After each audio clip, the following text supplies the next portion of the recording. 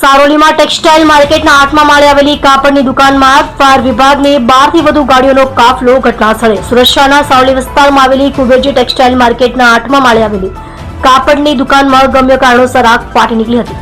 આ બાબતની જાણ થતાં ફાયર બ્રિગેડની 12 થી વધુ ગાડીઓનો કાફલો ઘટનાસ્થળે દોડી આવ્યો છે. હાલ આગ ઉપર કાબુ મેળવવાના પ્રયાસ ચાલી રહ્યા છે. આ અંગે પ્રાપ્ત વિગતો મુજબ સારોલી સ્થિત શ્રી કુબેરજી વર્લ્ડ ટેક્સટાઇલ માર્કેટના 8મા માળે આવેલી કાપડની દુકાનમાં અચાનક આગ ભભૂકી ઉઠી હતી. આ સમયે આ દુકાનમાં કાપડ હોવાને કારણે આગે વિકરાળ સ્વરૂપ ધારણ કર્યું હતું.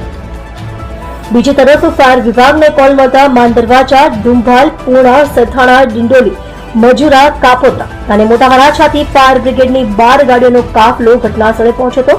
આગના કારણે આકાશમાં દૂર દૂર સુધી ધુમાડાના ગોટે ગોટા જોવા મળ્યા હતા. આગ લાગવાનું ચોક્કસ કારણ હજુ જાણી શકાયું નથી.